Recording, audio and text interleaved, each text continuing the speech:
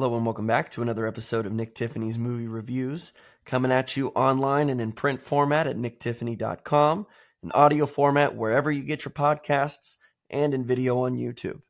Today we're talking another Hulu original streaming now from 20th Century Fox, No One Can Save You. Now, this is the second film it feels like that Hulu's put out in the last couple years that's really gained a lot of momentum, both in the film world and just what I've seen online. A lot of people clamoring, saying, hey, this is something I think they maybe should have put in theaters. You know, love to have the streaming option, but maybe you should have gone theatrical. I certainly felt that way when they did Prey last year, which is kind of the Predator series prequel-ish deal, kind of took place in the early 1700s with the Comanche natives and telling this, Predator versus Predator story out there. It was really awesome. Amazing movie. Kind of gave you the option to, at one point, to have the Comanche speaking in subtitles, which I thought kind of even made it better. Real immersive kind of experience for the story they were telling. That film, totally believe that should have been in theaters. And it finally just got a physical release on 4K, which is awesome because a lot of times these movies that come out on streaming never really see any physical DVDs. It's got to be something that's either widely popular or, something attached to Marvel or whatever. They're like, okay, cool. Yeah, we'll do a Loki DVD. It took a while to get some of the Westworld DVDs, and there's certain things where it's like, oh yeah, that show got canceled, so I don't know if we're going to do DVDs for this. So some of it's all up in the air, but with No One Can Save You, a film that I've really struggled to remember the name of too. Like for a straight week when I was looking this up, I'm like, what do I need to watch and review? I could not remember the name, and I just had to keep looking up. I'm like, Caitlin Deaver's the main actress. That's all I know. And so the name is finally sticking a little bit, but No One Can Save You, I think, works just perfectly as a streaming movie, and I'll tell you why. This is one of those movies that's kind of the solo, there are other characters in the film other than Caitlin Deaver's Bryn, but by and large, she's the main focus. She's the only character we're really spending any time with. She also doesn't speak a lot. So this is one of those sort of survivalist movies where it's just your main character. Obviously, the only thing they're really going to be saying to themselves is like, damn it, like, no, or like grunts and screams and just horrified cries and just whatever else. You might do a little talking to yourself, but this isn't one of those movies where it's Ryan Reynolds buried alive and, he's talking to you the whole time. There's very little dialogue in this movie, if any at all. So because of that, the filmmakers get crafty, and there's a good way to kind of tell stories through your eyes, through the looks that you give and reactions to certain scenes. You utilize music to either kind of fill in some gaps with the lyrics or to kind of build this atmospheric tension that horror movies effectively use pretty well. So this is one of those tales. And Bryn lives out by herself, kind of, young, maybe early 30s, late 20s.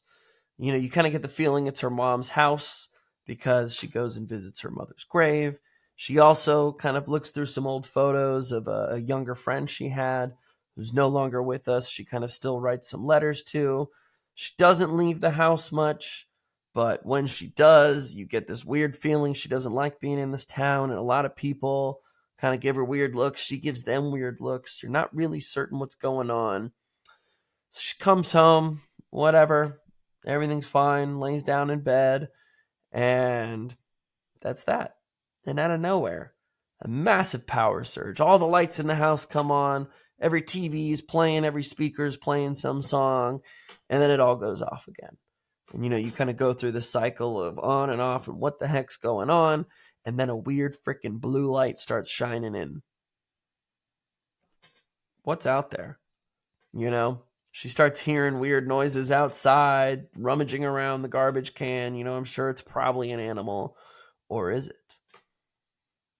So Bryn starts kind of silently moving through her house, looking around, and when she gets to the top of the stairs, she notices her front door is open. And that's obviously the last thing anybody wants to see when they're in their home, especially a young woman who lives alone. That's got to be horrifying. And she can hear someone rummaging around down there. someone or something. Because as Bryn starts snooping around, she realizes, well, there's a figure down there, all right, but it looks a lot closer to what we imagine extraterrestrials might look like. A very classic, I almost said, I'm like, this guy kind of looks like Paul from the movie Paul, where Seth Rogen played the alien.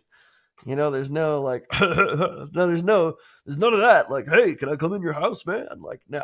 These are like, this is a creepy little alien guy, and he's got like bony little fingers. And every time this creature kind of moves a joint, like you get all the little cracks and movements, and it's like, oh, that's kind of creepy.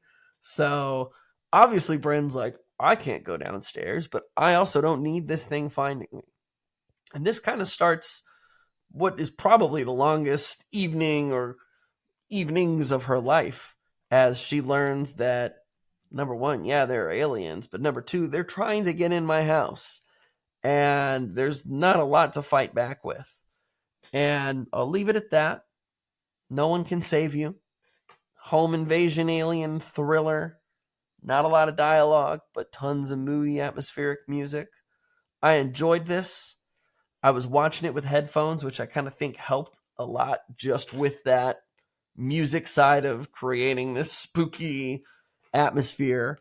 I think Caitlin Deaver's great. She's been a terrific actress. Probably seen her in Booksmart. I think like Men, Women, and Children was probably like the first thing I saw her in. Acting back with like Adam Sandler and some of them. But I just like, she's a very real actress. She's very great at effectively portraying her emotions. So having her not speaking a ton wasn't totally detrimental to this film, because I think she emotes pretty well, and you can kind of feel a lot of what she's feeling in some of these tenser moments or sad moments. I think why this succeeds at home, perhaps, if you watch this in a dark environment, if you do what you got headphones on like I am, the aliens are effective, creepy looking sometimes, and how they move, maybe your little movements or whatever. But it feels like they kind of hit a wall maybe with the production design in terms of like what they're able to do or just how detailed maybe they look. I've seen some people liken maybe some of the alien stuff to the movie Signs that M. Night Shyamalan did. And I'm like, I could kind of see some of that. There's a lot of moving in the shadows, keeping them just out of like full plain view, playing with silhouettes in the behind the curtains, stuff like that, getting creative. So it's like, you don't have to show it and spend a ton of money maybe on that shot, which I get. But I feel like this movie is like 3/4 of just like really solid effort all around in terms of what they were going for and creating. I think towards the end, they really start taking some creative and artistic liberties with the story, and then really kind of filling in some of the background for our character who doesn't speak and whose memories we kind of see bits of. And then the aliens kind of like, there's different aliens kind of. I'm not totally giving away anything here, but it's just like, it goes in some interesting directions where you're like, I didn't know that's the direction we were headed, but okay. So by and large, I enjoyed this. It was a good, it wasn't too spooky. It wasn't really thriller-ish, kind of like we were hoping. Like when you hear home invasion, I don't want to assume the worst or that it's going to be something awful, but I'm like, all right, it's probably going to be pretty terrifying, especially with aliens. I was hoping maybe for a little bit more. But I think at home, this probably will play a little bit better than it might have in the theater. Just as someone who complained about how the effects looked in The Flash, a 300 some $1 million movie, by and large, all your flaws are exposed on the big screen. So maybe this kind of benefits from not having some of those holes poked there, but it's pretty enjoyable. It certainly gives you some to think about in terms of aliens and, conventional aliens and what they might be here for, how you could interact with them, or how, do they have powers? Are they flying in on spaceships? What are we talking here? So there's some interesting choices that they make, some old school alien design stuff that they use well, fused with some new. I don't really want to talk too much more about it because it's hard not to spoil some of it, but it's on Hulu. I'm glad that they're just continually working on putting some interesting projects out there. If you haven't seen Prey, use your Hulu membership properly and watch Prey. And then give No One Can Save You a shot. I think it's just enjoyable enough. It's almost there to being pretty darn good, but again, not a bad way to spend the evening, especially as far as the streaming option goes. If you've already got Hulu, why not? You know, it's still better than a lot of the original Netflix movies that are out there. So if you need something a little moody, atmospheric, and alien like, this could be your good night. As always, stay tuned to NT Movie Reviews on all social media networks, podcast platforms, and on YouTube for all of our latest movie news and reviews. I'm sure there's going to be a lot more coming. The month of October is pretty much just spooky movies. I'm good with some spook. I don't do a lot of like the super gory stuff, so probably won't see me on here talking about Saw 10 or some of the harder R graphic horror. I'm definitely more into that psychological horror thriller type genre. A lot more of like sometimes it's scarier if you got to fill it in with your mind sometimes, or it's like more effective rather than showing the gore. You're like, oh, but you can imagine what happens to this guy. And you're like, no, it's worse in my mind. But there's tons of great independent films that are kind of finally leaving the festival circuits and hitting video on demand, streaming options, and limited kind of market options. So I'm kind of stoked. There might be like one or two movies here in the next couple weeks that in Seattle, we've got a lot of classic movie theaters where a lot of the film critic screenings are held, or you've got a lot of your major films that'll hit those markets.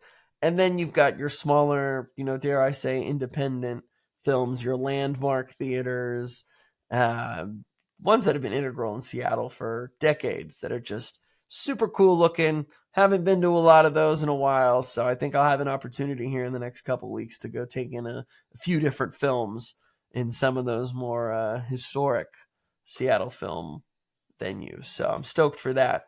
Thanks again, as always, for listening, you guys, and we'll catch you next time.